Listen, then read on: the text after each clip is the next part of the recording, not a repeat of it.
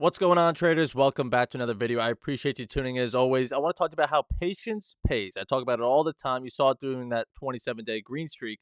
I was very selective and patient for my best setup, also having faith that it could present no matter how high the market went. It could give that pullback that I want, right? To a key level, a nice bounce play, and that's exactly what we got today. I stayed flat during the New York Open while we were live on ASFX TV, but the boys around me and the chat around me are taking trades, and I'm just sitting on the sidelines. But I'm able to wait till the late morning and find my best setup. And here's how I did it. Take a look at the TradeZilla, just one and done, $600, waiting for my best setup. That's it. If I could rinse and repeat this 10 to 15 times a month, even just 10, I'll take 6 grand a month times whatever many accounts you have. It's not a bad month. Simplicity is your best friend. I don't need to be taking all these trades. Yes, it would have been nice to be in early, but I wait and it rewards me with my patience, and I find this beautiful setup here. So we'll go over my setup first, then all the other ideas you could have played today, because there was a few interesting plays. But this is just going to be our classic New York VWAP bounce play, as this is really just inducing shorts. A lot of the time, it's been happening more recently, too. I think it happened even yesterday. This move below New York VWAP could induce very amateur traders to chase that short because, oh my God, we're cracking below New York. This is going to head lower. Here comes the reversal. The sentiment all day has been bullish. Buyers have been in control. They defended it. They even tried the same idea I just talked about earlier on in the session, right? We get below New York for a couple minutes, but buyers ultimately step back in and continue the trend back higher. Same thing over here. We do not want to take that lower. The trend is bullish today, despite that big news candle down pre-market, which we'll go over as well. But waiting for it to get back above New York to make sure buyers can, in fact, get back that control, which they do. So in this case, I actually didn't even wait for a high day VWAP break, which you could see wouldn't come up until maybe 7 points into profit. So I got in at a better price. Great stop loss back within that range where I don't think it wants to go. And I'm out before it even reaches the high day. You can see I'm up already over well 1R before that. So I think that's a really great play at it. If you put that high day up back on, turn that purple, you could take the high day break as well. I teach that in Futures 2.0. But if you go with the break on this day, now you're just going to have a little bit higher of a price stop loss at that same structure. Now you're risking 16 points, not the worst, but now you got to ideally go get 16 points, and you're not going to get that 1R until somewhere about here. So you're kind of asking, not kind of, you're asking for it to break yesterday's New York VWAP, which we just rejected earlier. So that could be a tough play, tough risk reward, but maybe you would cut it here and still cover 0.8, 0.9R, whatever it may be. So it's still a good trade in the right direction, but I would rather not have to ask for a VWAP to be broken and ideally retested. I'd like it to have good risk reward to that level. I'll get out. I could always get back in if we do, in fact, break above it. So those were the two long plays in the afternoon.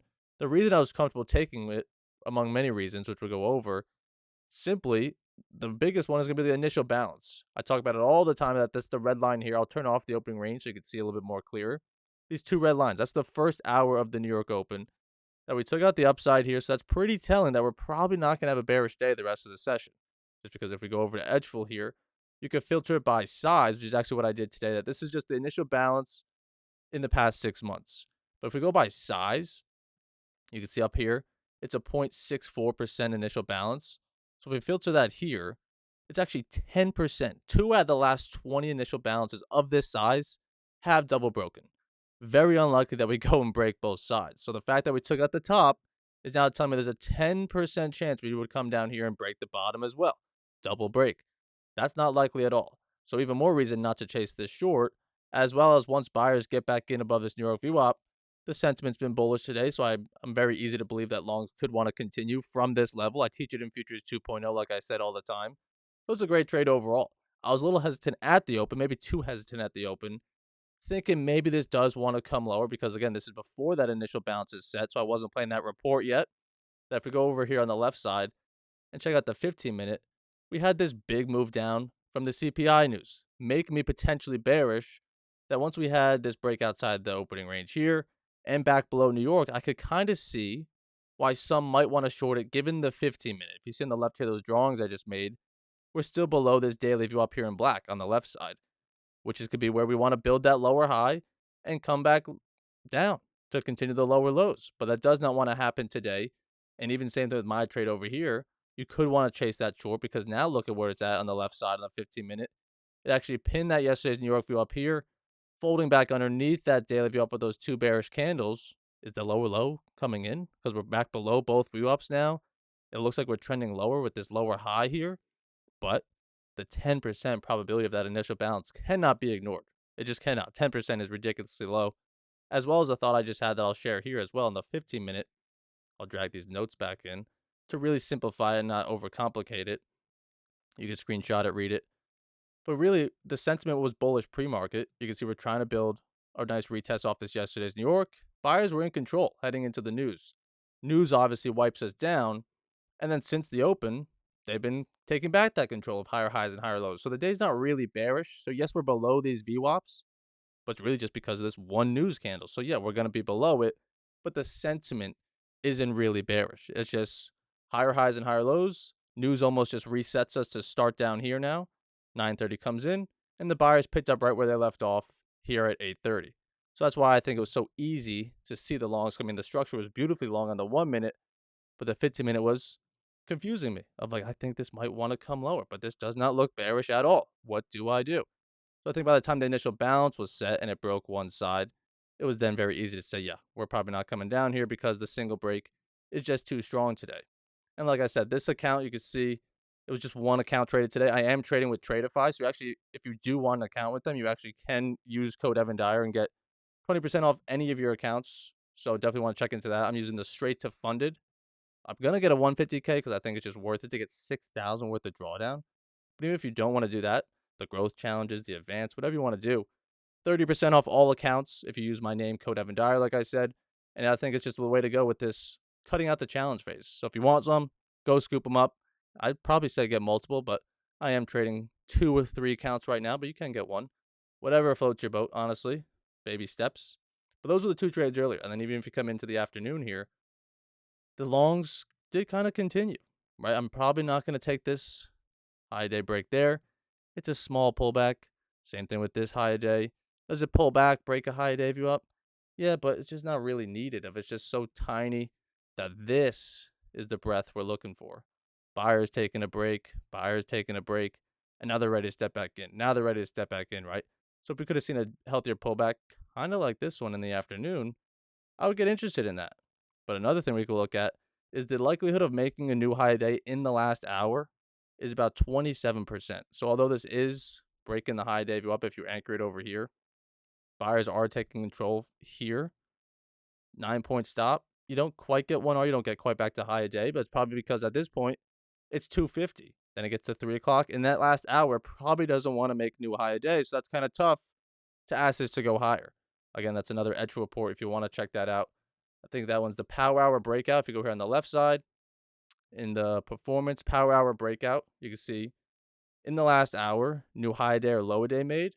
26% of the time, a new high is made. So I see it that buyers are stepping back in, but I just don't know if it has the gas in that last hour to keep on pushing and pushing higher. So you really had to get a really good price, probably around the bounce play, to catch some good money in those longs. But hopefully you guys made money today. I think it was tricky in the beginning, but then it became very clear in the end of this 1 minute is just way too bullish, trending cleanly off key levels, 2 beautiful New York VWAP bounces. Take advantage of these trending days because when we have the choppy days, we're not going to want to have to force trades because we already have these beautiful trending days in the bank, in our buffer, just ready to sit. We don't need to rush into anything. I already made 600 yesterday. Yeah, I don't need this today. But if you're flat today or didn't capitalize on the trending moves, then you're probably more likely to just trade whatever you see tomorrow, right? So actually taking advantage of these trending days is obviously very important because we don't want to have to be forced to trade whatever the market gives us tomorrow, right? If it's not giving me what I want, I don't need to trade. I'm up 700, 800, whatever on the week. So I'm fine. But if you're flat, you're probably going to want to trade. But other than that, like we said, ASFX TV, this Futures 2.0, the bounce play that I just mentioned is literally right here in Chapter 10, the bounce play, followed by Chapter 8 and 9 of the VWAP breaks that it's textbook of how clean it is. That's why I have to be in it. The bounce play off New York VWAP, or you anchor to the high a day, see the pullback come in. Once buyers take that control, you could zoom it in here on this high day VWAP.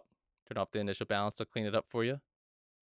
Buyers do not take control here, so no entry. Gives that solid pullback to our key level, New York VWAP, as well as opening range high, that black horizontal line. So 2 key levels. Buyers defend it. I'm buying it with the stop loss set structure. Next entry, wait for buyers to 100% step back in, taking the higher day VWAP. Stop loss at that same structure. Go continue back higher. Beautiful, clean, easy, repeatable. It's what I've been taking all month of November, December, January. It's what got me my streak, and hopefully we can get another streak going here because this is just the textbook setup that I need to be in. The one downside potentially was that yesterday's New York VWAP running across the top here, but like I said, I think that was more so because the news sent us down. It wasn't really in the way. But regardless, hope you guys made some money today. If you ever need me to explain more things in the course, always feel free to reach out. And if you have any questions on Tradeify, always feel free to reach out. Edgeful, any of that good stuff. But yeah, if you want to sign up for any of these, the link's always down below. Code Dyer for Tradeify. And yeah, trade safe, follow your rules. Let's keep on pushing it to the end of the month, get more payouts. But other than that, see you guys on the charts tomorrow morning.